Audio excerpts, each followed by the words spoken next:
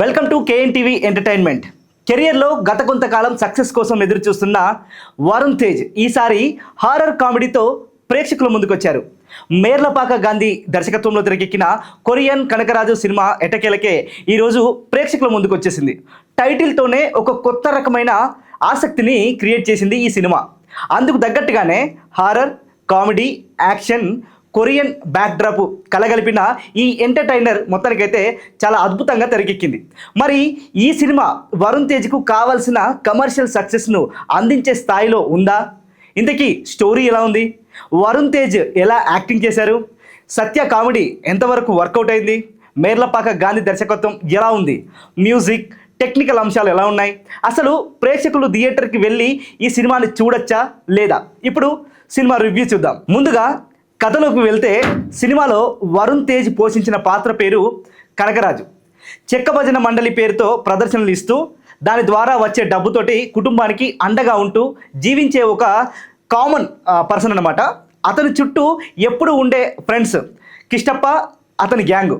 ఈ పాత్రలో సత్య కనిపిస్తారు కిష్టప్ప పాత్రలో. ఇక రాజకీయాల్లోకి రావాలని, ఎమ్మెల్యే కావాలని ప్రయత్నించే చెంగారెడ్డి పాత్రలో సునీల్ కనిపిస్తారు. అంటే ఒకవైపు స్నేహితుల గ్యాంగు, మరోవైపు రాజకీయ నేపథ్యం, ఇంకోవైపు ప్రేమ కథ.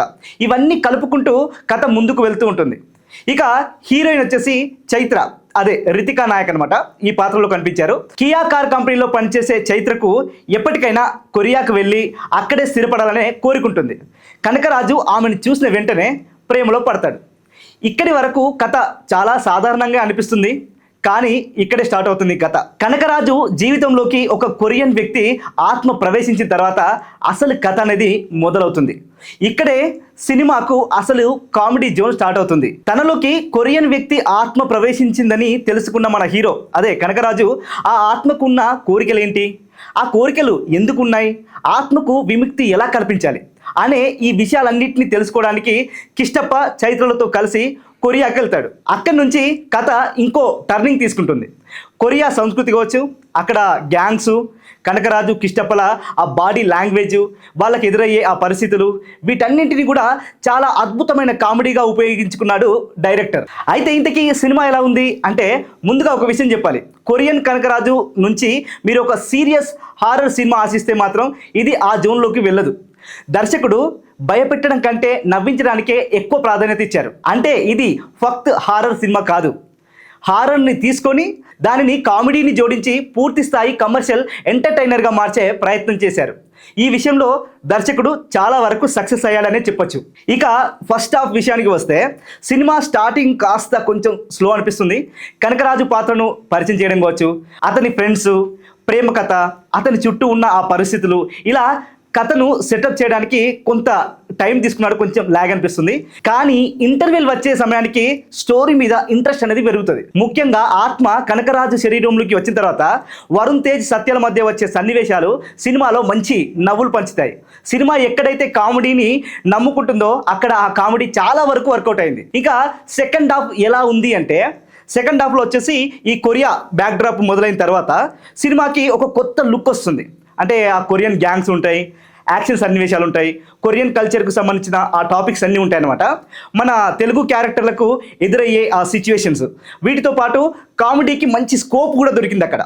అయితే కొన్ని చోట్ల కథ కాస్త సాగతీతగా అనిపిస్తుంది. కొన్ని సన్నివేశాలు అవసరానికి మించి లాగినట్టు కూడా అనిపిస్తాయి. కానీ డైరెక్టర్ అక్కడ కూడా కామెడీతో సినిమాను నిలబెట్టే ప్రయత్నం చేశారు. అందుకే లాజిక్లను ఎక్కువగా పట్టించుకోకుండా కేవలం ఎంటర్టైన్మెంట్ కోసం థియేటర్కి వెళ్తే ప్రేక్షకులకు ఈ లోపాలు పెద్దగా ఇబ్బంది పెట్టకపోవచ్చు. ఇక మన మెగా ప్రిన్స్ వరుణ్ తేజ్ విషయానికి వస్తే, ఈ సినిమాలో వరుణ్ తేజ్ను ఇప్పటి వరకు చూసిన పాత్రలకు భిన్నంగా చూడొచ్చు. ముఖ్యంగా ఆయన రాయలసీమ యాస, ఆ బాడీ లాంగ్వేజ్, ఆ లుక్ పాత్రకు ఒక కొత్తదనాన్ని తీసుకొచ్చినాయి. ఒకవైపు అమాయకమైన యువకుడిగా, మరోవైపు తనలోకి ఆత్మ ప్రవేశించిన తర్వాత మారిపోయే వ్యక్తిగా, రెండు వేరియేషన్స్ కూడా ఆయన చాలా అద్భుతంగా చేసి చూపించారు. కామెడీ సీన్స్లో కూడా తన టైమింగ్తో అట్రాక్ట్ చేసుకున్నాడు. కొన్ని సన్నివేశాల్లో ఆయన నటన చూస్తుంటే F2లోని వరుణ్ తేజ్ కామెడీ టైమింగ్ గుర్తొస్తుంది మనకి. అదే టైంలో ఎమోషన్, యాక్షన్, ఈ సన్నివేశాలలో కూడా తన మార్కు చూపించిండు. మొత్తానికి కనకరాజు పాత్రకు వరుణ్ తేజ్ మంచి న్యాయం చేశారని చెప్పొచ్చు. ఇక మన సత్య గురించి మనం స్పెషల్గా చెప్పాల్సిన అవసరం లేదనుకుంటా, చెప్పాలి కూడా ఈ సినిమా గురించి. అయితే ఈ సినిమాకు సత్య బిగ్గెస్ట్ ప్లస్ పాయింట్ అని చెప్పొచ్చు. కిష్టప్పగా ఆయన చేసిన కామెడీ, ముఖ్యంగా వరుణ్ తేజ్తో కలిసి వచ్చే ఆ సీన్స్ థియేటర్లో మంచి నవ్వులు పోయిస్తాయి. సత్య పంచ్ డైలాగ్స్ కావచ్చు, ఆయన ఎక్స్ప్రెషన్స్ కావచ్చు, ఆ టైమింగ్ కావచ్చు, వరుణ్ తేజ్తో ఆయన కెమిస్ట్రీ, ఇవన్నీ కూడా సినిమాకు బాగా కలిసి వచ్చాయి. అసలు కొన్ని సన్నివేశాల్లో సత్య కామెడీనే సినిమాను ఇంకొక స్థాయికి తీసుకెళ్ళాయి అని చెప్పచ్చు. మురళీధర్ గౌడ్తో కలిసి ఆ నవ్వులు అంటే వచ్చే ఆ సన్నివేశాలు కూడా చాలా చాలా అద్భుతంగా కామెడీని పండించాయి. ముఖ్యంగా వీడియో కాల్లో జరిగే క్షుద్ర పూజ సీన్ ఒకటి ఉంటుంది. అసలు సినిమాలో హిలీరియస్ కామెడీ ట్రాక్లో ఇది ఫస్ట్ ప్లేస్లో ఉంటుంది. ఇంకా మిగతా సునీల్ కావచ్చు, రితికా నాయక్, మరి ఎలా చేశారు వీళ్ళు అంటే, సునీల్ వచ్చేసి చెంగారెడ్డి పాత్రలో కనిపించారు. విలన్ షేడ్స్ ఉన్నప్పటికీ కూడా ఆ పాత్రలో కూడా కామెడీని మిక్స్ చేశారనమాట. సీరియస్గా కనిపించాల్సిన చోట సీరియస్గా, ఎంటర్టైన్ చేయాల్సిన చోట ఎంటర్టైన్ చేస్తూ సునీల్ తన పాత్రకు 100% న్యాయం చేశారు. ఇక రితికా నాయక్ చైత్ర పాత్రలో చాలా చాలా ఆకట్టుకున్నారు. కనకరాజు ప్రేమ కథకు ఆమె పాత్ర ఒక కనెక్షన్ లా ఉంటుందన్నమాట.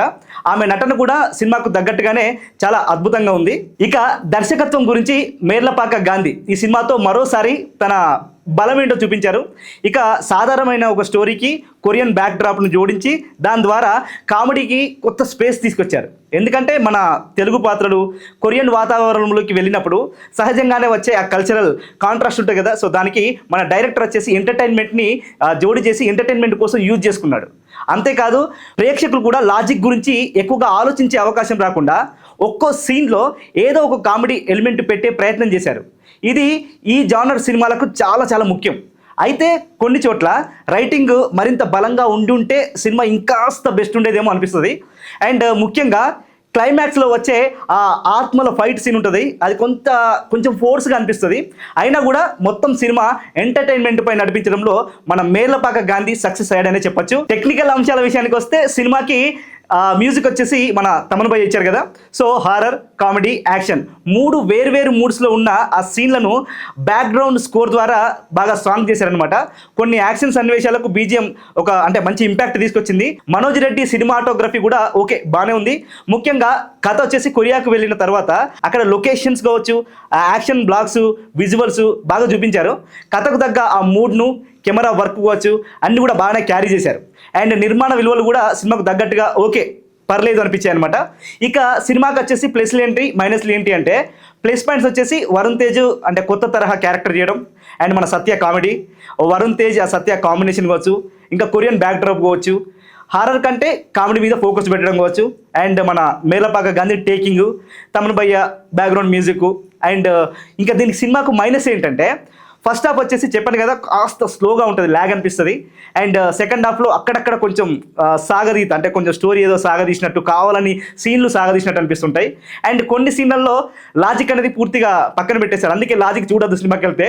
సో క్లైమాక్స్లో వచ్చేసి ఆత్మల ఫైట్ కొంచెం ఇందాక చెప్పినట్టు కొంచెం ఫోర్స్డ్గా అనిపిస్తాయి ఫైట్. అయితే ఇవన్నీ కూడా అదే చెప్పాను కదా, కేవలం ఎంటర్టైన్మెంట్ కోసం సినిమాకు వచ్చే ఆడియన్స్కి అయితే ఈ పెద్దగా మైనస్ అనిపించవు. ఇక లాజిక్లు ఇవన్నీ చూసే వాళ్ళకు కొంచెం మైనస్ అనిపిస్తుంది. సో అంటే ఎవరి అభిరుచి వాళ్ళకు కాబట్టి సో ఓన్లీ ఎంటర్టైన్మెంట్ కోసం వెళ్ళే వాళ్ళకు ఈ సినిమా ఓకే. చివరిగా సినిమా చూడొచ్చా లేదా అంటే, కొరియన్ కనకరాజు వచ్చేసి ఒక పర్ఫెక్ట్ హారర్ సినిమా కాదు ఇది.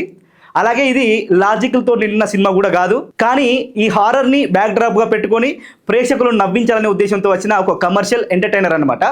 మీకు అంటే సీరియస్ హారర్ కంటే ఫ్రెండ్స్తో కలిసి కొంచెం థియేటర్లో కూర్చొని చిల్లవుకుంటూ నవ్వుకుంటూ సినిమా చూడాలంటే మాత్రం ఒక comedy, action, Korean back drop cinema enjoy చేయడం అయితే ఇష్టమైతే మాత్రం ఈ సినిమా చూడొచ్చు అనమాట. ముఖ్యంగా అయితే చెప్పాలంటే ఈ వరుణ్ తేజ్ సత్య కాంబినేషన్ సినిమాకి అయితే ఒక మంచి బలం అని చెప్పచ్చు. ఫైనల్ గా మీరు మెగా అభిమాని అయితే సినిమాని థియేటర్కి వెళ్ళి హ్యాపీగా మీ ఫ్రెండ్స్తో ఎంజాయ్ చేస్తూ చూడొచ్చు.